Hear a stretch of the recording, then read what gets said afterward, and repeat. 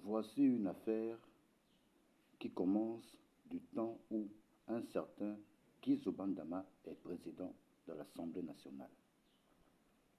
À une époque où le premier questeur de la Chambre basse du Parlement se nomme Séraphin Mundunga, aujourd'hui vice-président de la République. Il sera remplacé à ce poste par un certain Jonathan Inyumba. Cette affaire porte sur l'acquisition de parcelles de terrain au nom des parlementaires de cette époque et au nom des personnels de l'Assemblée nationale de cette époque. À cette époque donc, les députés vont saisir le président de l'Assemblée nationale, Guy Zomandama, pour lui demander que ce dernier se rapprochât du ministre de l'Habitat de l'époque au fin de l'obtention d'une zone, d'un espace où chaque parlementaire pourrait bâtir sa maison.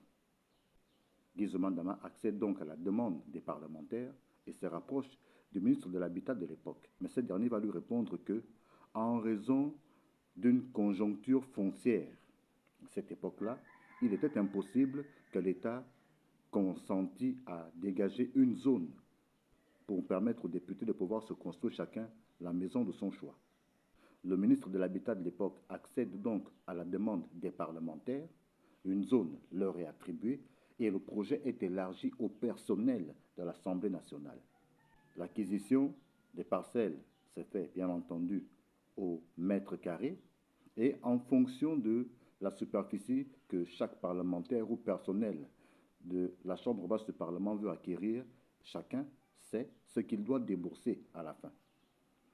Parmi les acquéreurs se trouve une certaine Antoinette Adoussou, journaliste aujourd'hui retraitée, personnel de l'époque de l'Assemblée nationale. Elle va débourser la somme parce que, selon le modus operandi arrêté l'accord parti, des prélèvements bancaires devaient être faits sur les comptes de chaque acquéreur, parlementaire, personnel du Parlement, et une fois la somme correspondant à la parcelle que X ou Y voulait acquérir, l'acte était validé.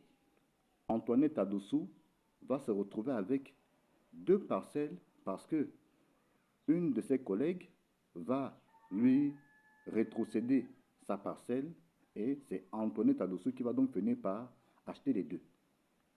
Les années passent, la zone serait aujourd'hui occupée par des squatters. Le constat est effectivement établi sur place.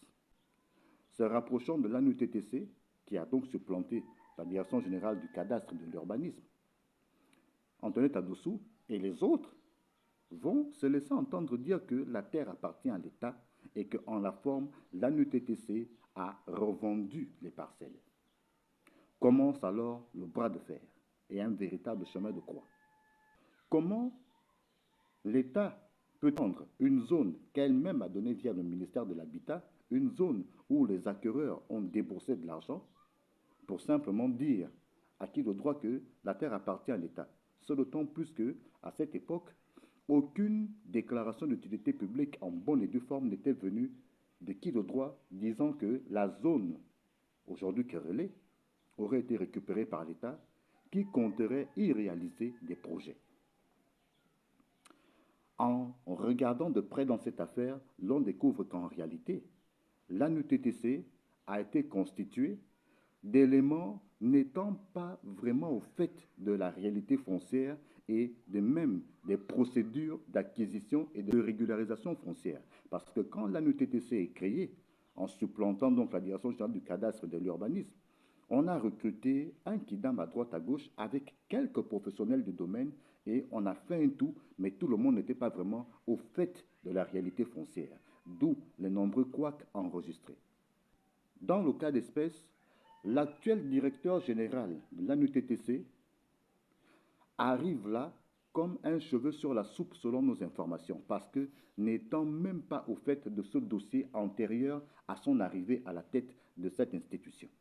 Cette affaire a tellement tourné en autre boudin d'une administration à l'autre que l'État aurait fini par la mettre sous le coude. À l'ANUTTC, on ne voudrait plus en parler et on en verrait simplement paître les acquéreurs qui ont déboursé de leur argent, Antoinette Adossou et d'autres qui ont pris de la sueur de leur front pour acquérir des parcelles et on voudrait simplement leur dire, bah, écoutez, l'affaire est morte comme ça dans le sac, bon c'est fini, il n'y a plus rien à faire, on ne peut plus rien faire, bon laissez tomber.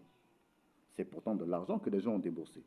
Antoinette Adossou, comme d'autres certainement, a écrit à toutes les administrations concernées, la conservation foncière, l'ANUTTC, même la COFET, qui est une structure privée, a été commise pour réaliser des enquêtes, pour s'assurer qu'effectivement les dires d'Antoinette Adossou sont avérés.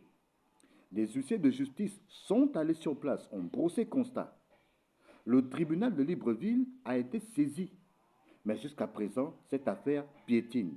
Dit-on que du fait qu'il y ait tellement de gros noms dans cette affaire, ben on aurait décidé de la mettre tout simplement sous le coude. Et malheureusement, les portions congrues dans cette affaire sont des gens tels que Antoinette Adossou, citoyenne gabonaise, qui a sorti son argent et qui va donc se retrouver aujourd'hui sans rien. Antoinette Adossou, comme d'autres, ne demande pas moins, pas plus que ces terrains lui soient restitués. Pas autre chose. Elle a adressé les courriers à qui de droit. Elle a fait la démarche comme une citoyenne normale. Elle a respecté la loi, mais jusqu'à présent, rien n'y fait. Il faut donc s'adresser à qui? Toutes les portes qui doivent s'ouvrir afin que ce dossier soit réglé demeurent closes. Et toutes les oreilles qui devraient être attentives à ce genre de situation demeurent sourdes.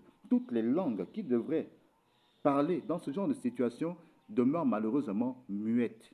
Et tous les yeux qui devraient regarder sur ce genre de dossier, dans ce genre de dossier, demeurent aveugles. On s'adresse donc à qui dans ce genre d'affaires? Rendez-vous compte que des gens ont déboursé de l'argent. Il y a eu des prélèvements sur les comptes de ce citoyen gabonais pour acquérir des terrains. Et un terrain, comme une maison bâtie, c'est un héritage qu'on peut léguer à sa progéniture à défaut d'en jouir soi-même. Antoinette Adossou, retraitée aujourd'hui, est dans les 70 ans.